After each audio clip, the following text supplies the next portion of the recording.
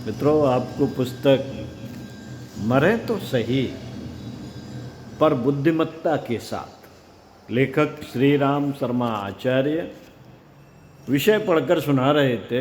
अर्धमृत न रहें, पूर्ण जीवित बने। पिछले वीडियो में आपको पढ़कर सुनाया था।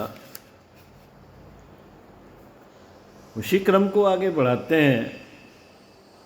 शरीर के कोषों को सुरक्षित रखकर लंबे समय तक चेतना को अमर बनाए रखा जा सकता है, पर यह केवल तभी संभव है जब मस्तिष्क की आधी चेतना बनी रहे।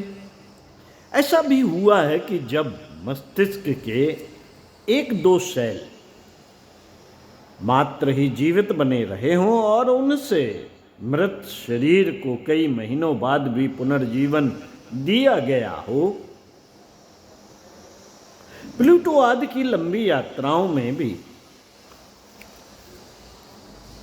अंतरिक्ष यात्री को ऐसे उपकरणों में घेर कर लिटाया जाएगा जो अचेतावस्था, एनाबायोसिस में निद्रा का नियंत्रण और रक्षा करते रहेंगे, क्योंकि वैज्ञानिक जान गए हैं कि चेतना को बांधा नहीं जा सकता। चेतना को बांधा नहीं जा सकता, अधिक से अधिक अवस्था परिवर्तन किया जा सकता है। अधिक से अधिक अवस्था परिवर्तन किया जा सकता है, क्योंकि मृत्यु स्वयं भी एक अवस्था परिवर्तन है। अर्थात चेतना शरीर से लुप्त होकर भी मानसिक जगत में उसी तरह बनी रह सकती है जिस तरह स्वप्न या सुषुप्त की अवस्था में अनुभूतियां होती हैं। पर बाह्य इंद्रियों का सहयोग न मिलने से स्थूल जानकारियां नहीं मिल पाती। आत्मा तब अपने ही प्रकाश में काम करती है। शरीर की बनावट और जीवन का उससे संबंध इतना जानना ही जीवन की यथार्थ जानकारी नहीं है, यथार्थ जानकारी नहीं दे सकता, क्योंकि वह अवस्था भी है और मनोविज्ञान भी। वैज्ञानिकों में से अनेक ऐसे हैं जो अब यह स्वीकार करने लगे हैं कि चेतना का कभी नाश नहीं होता। हमें देखना होगा कि क्या हमारी मानसिक क्रियाएं आत्मा को प्रभावित करती हैं। एक शरीर से दूसरे शरीर में आने जाने में मनोमय जगत का क्या हाथ है? क्या हाथ है? यदि हम इन बातों को समझ पाएं तो आध्यात्मिक स्तर पर जीवन को शुद्ध सात्विक बनाने और आत्मा की प्राप्ति, अमरत्व या मुक्ति की आवश्यकता भी अनुभव करने लगेंगे। वैज्ञानिकों ने जो प्रयोग किए हैं वह चेतना के शारीरिक संबंध तक ही सीमित हैं।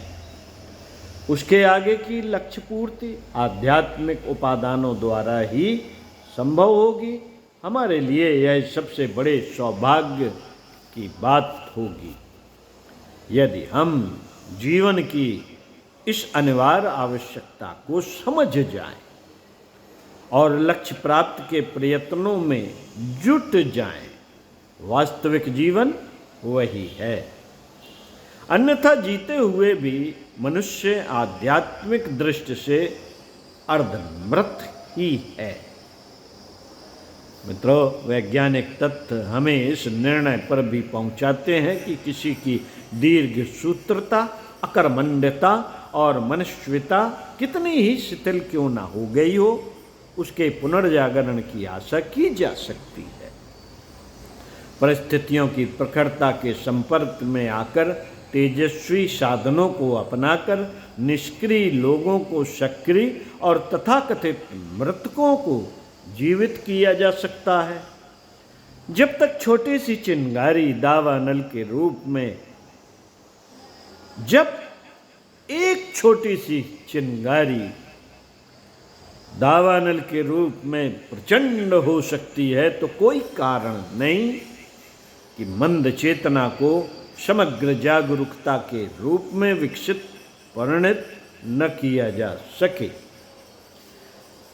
मृत्यु की भारी थकान और गहरी मूर्छा का परिणाम माना जाता है। मृत्यु को भारी थकान और गहरी मूर्छा का परिणाम माना जाता है। शरीर की थकान स्थिर नहीं, निद्रा के उपरांत उसकी क्षतिपूर्ति हो जाती है। आत्मचिंतन और प्रखर प्रोत्साहन से अंतः चेतना पर चढ़ी हुई मंदता का भी निवारण हो सकता है। मृतक कौन, जीवित कौन? किस स्तर तक मूर्छित हुए व्यक्ति के पुनर्जीवन की आशा की जा सकती है? यह प्रश्न शरीर विज्ञानियों के सामने एक गुत्थी के रूप में प्रस्तुत है, पर अध्यात्म विज्ञान का दृष्टिकोण बिल्कुल साफ है। जो स्वयं जीवन प्राप्त करने के लिए आतुर है और जिसने प्राणपद प्रेरणाओं के साथ संपर्क बना लिया, उसे मंदता की मूर्छना से उबरने का अवसर निश्चित रूप से मिलेगा। वह अर्धमृत की स्थिति त्याग कर अवश्य ही पूर्ण जीवत की पंक्ति में खड़ा होगा। ओम शांति। साथियों, अगले विषय इसी पुस्तक से पढ़कर सुनाएंगे। मरण सृजन का अभिनव पर्व। मरण सृजन का अभिनव पर्व, उल्लासप्रद उत्सव। सुनेंगे अगले वीडियो में क्या है ये उल्लासप्रद उत्सव। ओम शांति।